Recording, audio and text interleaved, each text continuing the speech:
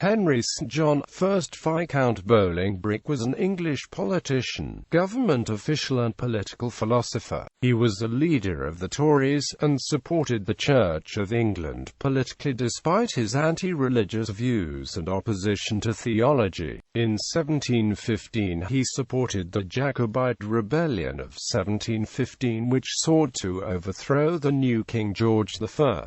Escaping to France, he became foreign minister for the Pretender. He was attainted for treason, but reversed course and was allowed to return to England in 1723. He is best known as the philosopher of the Country Party. Early life. Henry St. John was most likely born at Trigos, the family seat in Wiltshire, and christened in Battersea. St. John was the son of Sir Henry St. John, 4th Baronet, later 1st Viscount St. John, and Lady Mary Rich, daughter of the 2nd Earl of Warwick. Although it has been asserted that St. John was educated at Eton College and Christ Church, Oxford, his name does not appear on registers for either institution, and there is no evidence to support either claim. It is possible he was educated at a dissenting academy. He travelled to France, Switzerland and Italy during 1698 and 1699 and acquired an exceptional knowledge of French. St. John made friends with the Whigs James Stanhope and Edward Hopkins, and corresponded with the Tory Sir William Trumbull, who advised him. There appears indeed amongst us a strong disposition to liberty, but neither honesty nor virtue enough to support it. Oliver Goldsmith reported that he had been seen to run naked through the park in a state of intoxication. Swift, his intimate friend, said that he wanted to be thought the Alcibiades or Petronius of his age, and to mix licentious orgies with the highest political responsibilities. In 1700, he married Frances, daughter of Sir Henry Winchcombe of Bucklebury, Berkshire, but this made little difference to his lifestyle. Early career. He became a Member of Parliament in 1701, representing the family borough of Wootton Bassett in Wiltshire, as a Tory. His seat was Lydiard Park at Trigos, now in the borough of Swindon. He attached himself to Robert Harley, then Speaker, and distinguished himself by his eloquence in debate, eclipsing his schoolfellow, Robert Walpole, and gaining an extraordinary ascendancy over the House of Commons. In May, he had charge of the bill for securing the Protestant succession. He took part in the impeachment of the Whig lords for the conduct concerning the partition treaties, and opposed the oath of loyalty against the Old Pretender. In March 1702, he was chosen commissioner for taking the public accounts. After Queen Anne's accession, St. John supported the bills in 1702 and 1704 against occasional conformity, and took a leading part in the disputes which arose between the two houses. In 1704, St. John took office with Harley as Secretary at War, thus being brought into intimate relations with John Churchill, 1st Duke of Marlborough, by whom he was treated with favour. In 1708, he left office with Harley on the failure of the latter's intrigue, and retired to the country till 1710, when he became a Privy Councillor and Secretary of State in Harley's new ministry, representing Berkshire in Parliament. He supported the bill for requiring a real property qualification for a seat in Parliament. In 1711 he founded the Brothers Club, who were a society of Tory politicians and men of letters, and the same year witnessed the failure of the two expeditions to the West Indies and to Canada promoted by him. In 1712, he was the author of the bill taxing newspapers. The refusal of the Whigs to make peace with France in 1706, and again in 1709 when Louis XIV offered to yield every point for which the Allies professed to be fighting, showed that the war was not being continued in the national interest, and the Queen, Parliament and the people supported the ministry in its wish to terminate hostilities. Because of of the diversity of aims among the Allies, St. John was induced to enter into separate and secret negotiations with France for the security of English interests. In May 1712, he ordered the Duke of Ormond, who had succeeded Marlborough in command, to refrain from any further engagement. These instructions were communicated to the French, though not to the Allies. Louis putting Dunkirk's security into possession of England, and the English troops deserted their allies almost on the battlefield. Subsequently, St. John received the congratulations of the French Foreign Minister, de Torcy, on the French victory over Prince Eugene at Dinant. In June 1712, St. John's commercial treaty with France, establishing free trade with that country, was rejected by the House of Commons. The treaty was presented in the Commons by Arthur Moore, as St. John had been created Viscount Bolingbroke earlier that year. At least 40 from the Tories voted to reject the treaty. In August 1712, Bolingbroke went to France and signed an armistice between England and France for 4 months. Finally, the Treaty of Utrecht was signed in March 1713 by all the Allies except the Emperor. The first production of Addison's Cato was made by the Whigs the occasion of a great demonstration of indignation against the peace, and by Bolingbroke for presenting the Actibat Booth with a purse of 50 guineas for defending the cause of liberty against a perpetual dictator. Meanwhile, the friendship between Bolingbroke and Harley, the basis of the whole Tory administration, had been gradually dissolved. In March 1711, when the Marquis de Guiscard made an attempt on Harley's life, Bolingbroke assumed temporary leadership of the ministry's affairs. His difficulty in controlling the Tory backbenchers, however, only made Harley's absence the more noticeable. In May, Harley obtained the earldom of Oxford and became Lord Treasurer, while in July, St. John was greatly disappointed at receiving only his viscountcy instead of the earldom lately extinct in his family, and at being passed over for the Order of the Garter. In September 1713, Jonathan Swift came to London and made a final vain attempt to reconcile his two friends. But now a further cause of difference had arisen. The Queen's health was visibly breaking, and the Tory ministers anticipated a downfall on the accession of the Elector of Hanover. During Bolingbroke's diplomatic mission to France, he had incurred blame for remaining at the opera while the Pretender was present, and according to the Mackintosh transcripts he had several secret interviews with him. Regular communications were kept up subsequently. In March 1714, Herville, the French envoy in London, sent to de Torcy, the French foreign minister, the substance of 2 long conversations with Bolingbroke in which the latter advised patience till after the accession of George I, when a great reaction was to be expected in favour of the Pretender. At the same time, he spoke of the treachery of Marlborough and Berwick, and of one other whom he refused to name, all of whom were in communication with Hanover. Both Oxford and Bolingbroke warned James that he could have little chance of success unless he changed his religion, but the latter's refusal does not appear to have stopped the communications.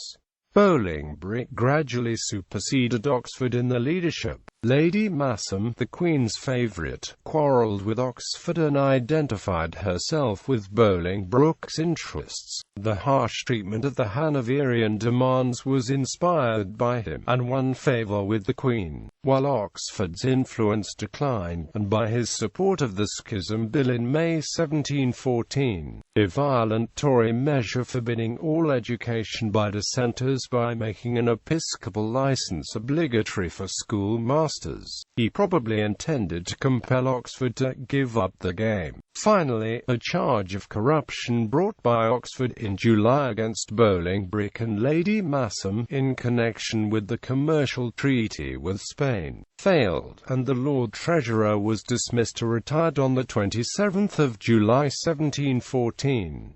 The Queen died 4 days later, after appointing Shrewsbury to the Lord Treasurership. Exile. On the accession of George I, the illuminations and bonfire at Lord Bolingbroke's house in Golden Square were particularly fine and remarkable, but he was immediately dismissed from office.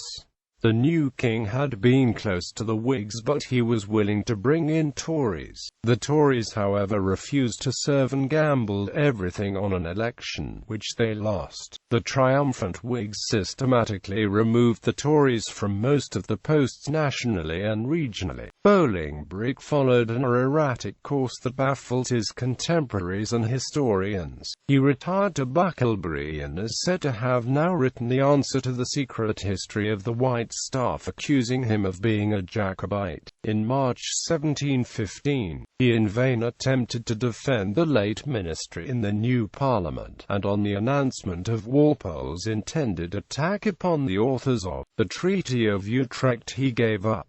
Bolingbroke fled in disguise to Paris, a major blunder. In an even greater blunder, he joined the Pretender, was made an earl, and took charge of foreign affairs in the Stuart court. The uprising of 1715 was badly botched, and the death of Louis XIV meant the Pretender had lost his major sponsor. King Louis XV wanted peace with Britain and refused to endorse any further schemes. In March 1716, Bolingbroke switched sides again. He had lost his titles and property when Parliament voted a bill of attainder for treason. He hoped to recover the good graces of King George, and indeed managed to do so in a few years. He wrote his Reflections upon Exile, and in 1717, his letter to Sir William Wyndham in explanation of his position, generally considered one of his finest compositions, but not published till 1753 after his death. The same year, he formed liaison with a widow, Marie Claire de Champ de Marcilly, whom he married in 1720, 2 years after his first wife's death. He bought and resided at the estate of La Source near Orleans, studied philosophy, criticized the chronology of the Bible, and was visited amongst others by Voltaire, who expressed unbounded admiration for his learning and politeness. Pardon and return. In 1723, through the medium of the king's mistress, Ermengarde Melusine von der Schulenburg, Duchess of Kendal and Munster, he received a pardon. Returned to London. Walpole reluctantly accepted his return. In 1725, Parliament enabled him to hold real estate but without power of alienating it, but this had been effected in consequence of a peremptory order of the king, against Walpole's wishes, who succeeded in maintaining his exclusion from the House of Lords. He now bought an estate at Orley, near Uxbridge, where he renewed his intimacy with Pope, Swift and Voltaire, took part in Pope's literary squabbles, and wrote the Philosophy for Popes, an essay on man, which at epistle begins, to Henry Street, John, Lord Bolingbroke, awake, my street, John. Leave all mean of things to low ambition, and the pride of kings. Let us, since life can little more supply, than just to look about us and to die, expatiate free o'er all this scene of man, a mighty maze, but not without a plan.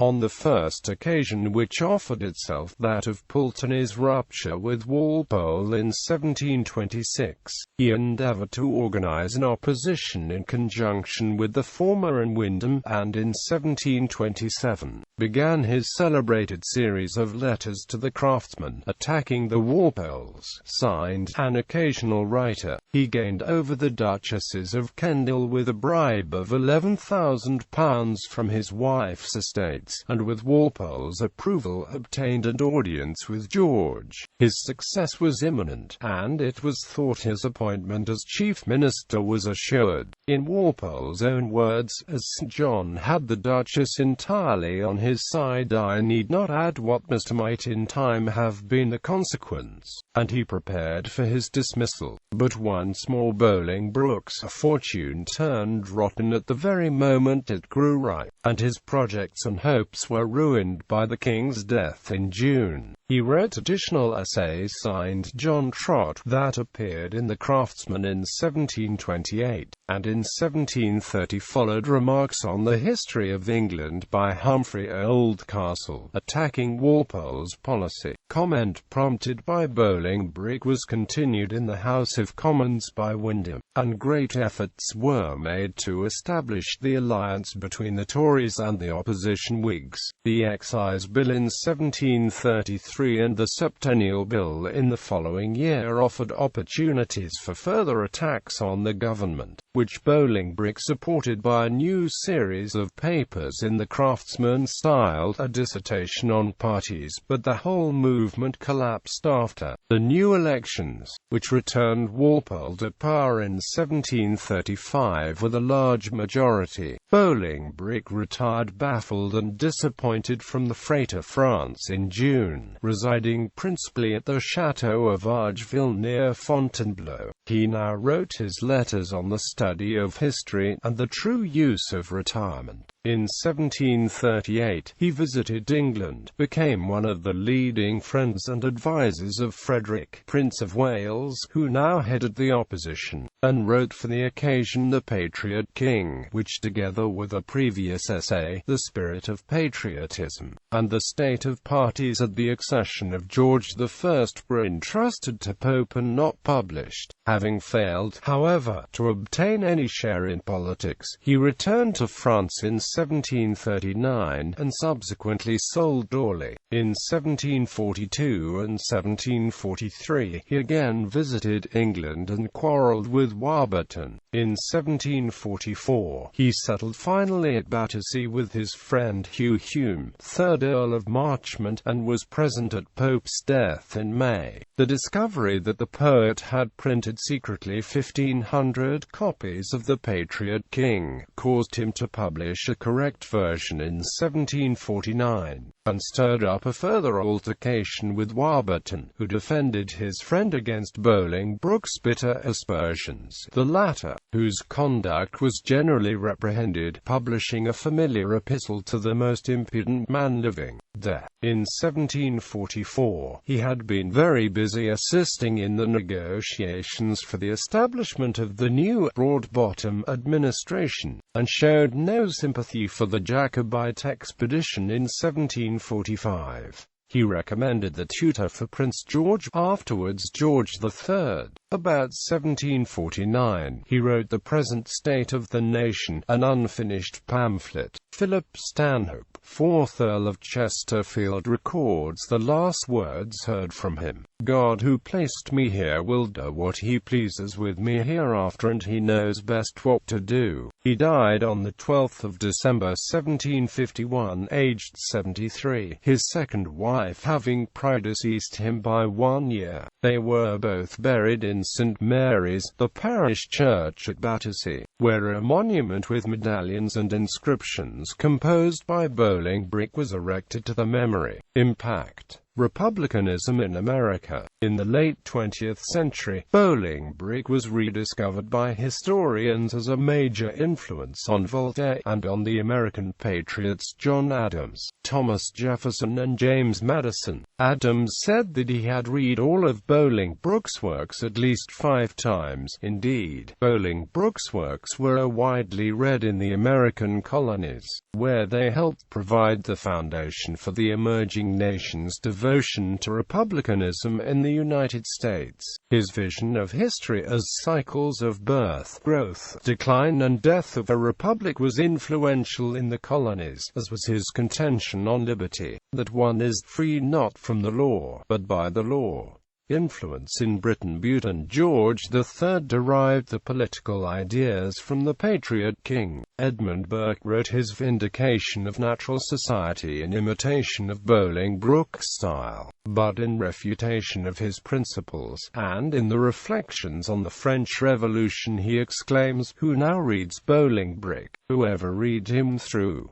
Burke denied that Bolingbroke's words left any permanent impression on his mind. Benjamin Disraeli lionized Bolingbroke as the founder of modern Toryism, for eradicating its absurd and odious doctrines, and establishing its mission to subvert Whig attempts to transform the English constitution into an oligarchy. The loss of Bolingbroke's great speeches was regretted by William Pitt more than that of the missing books of Livy and Tacitus. By the early 20th century, the writings and career of Bolingbroke would make a weaker impression than they made on contemporaries. He was thought to be a man of brilliant and versatile talents, but selfish, insincere and intriguing. Defects of character which arguably led to his political ruin, and his writings were described as glittering, artificial and lacking philosophical merit. It has been said that his abilities were exercised upon ephemeral objects, and not inspired by lasting or universal ideas.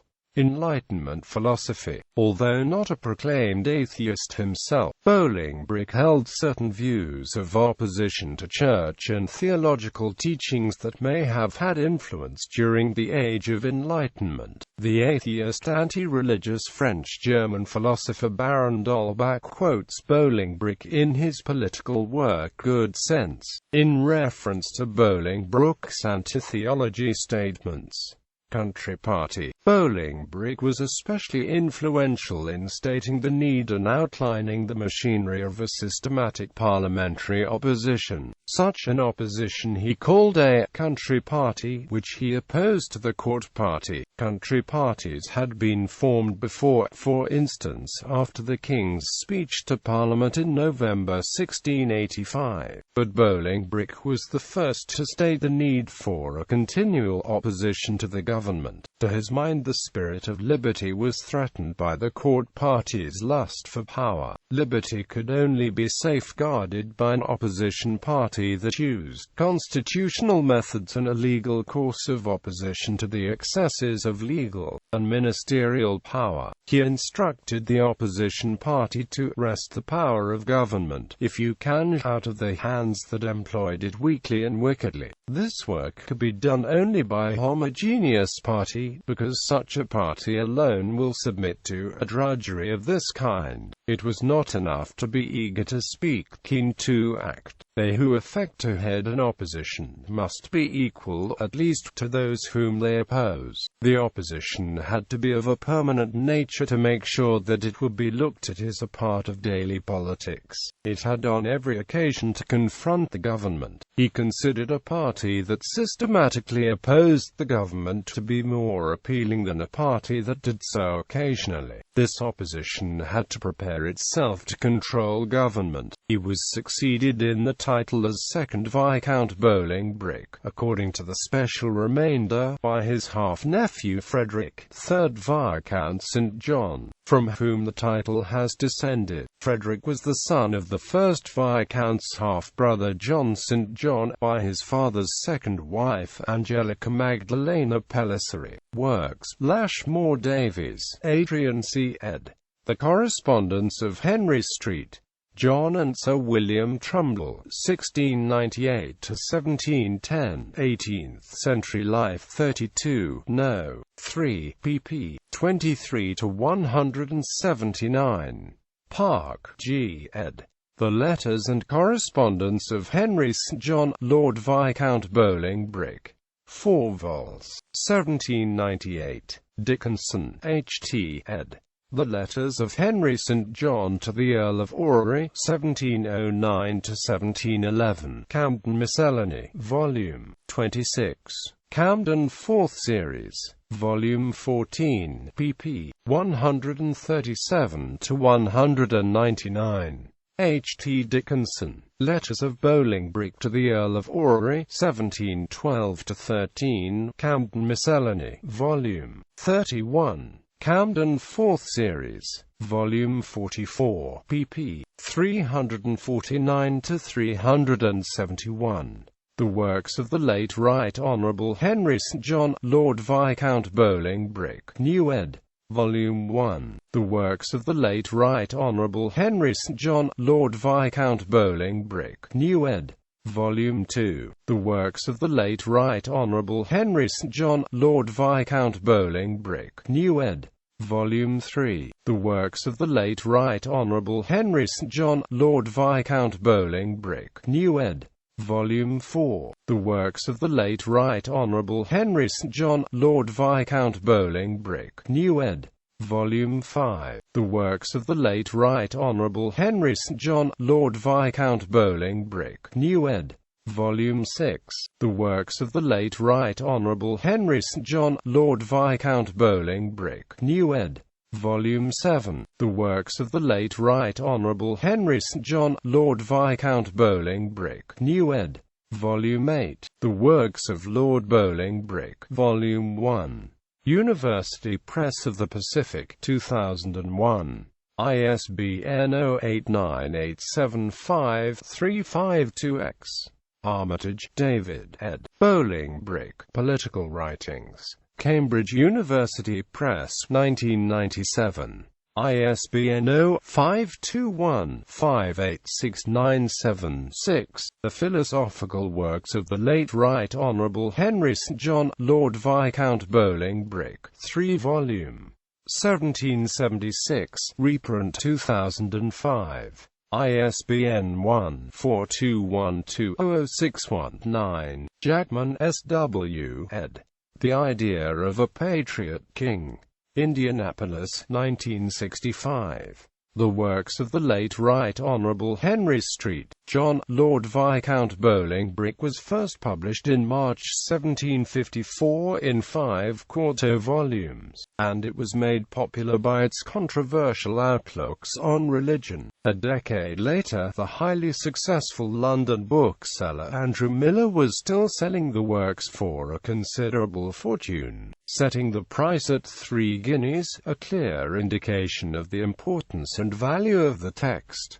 In a letter to Dr. Cadell in July 1765, Miller wrote, "I never sold a Bolingbroke in quarto under 3 guineas. Rent paid so, and I can't now alter the price."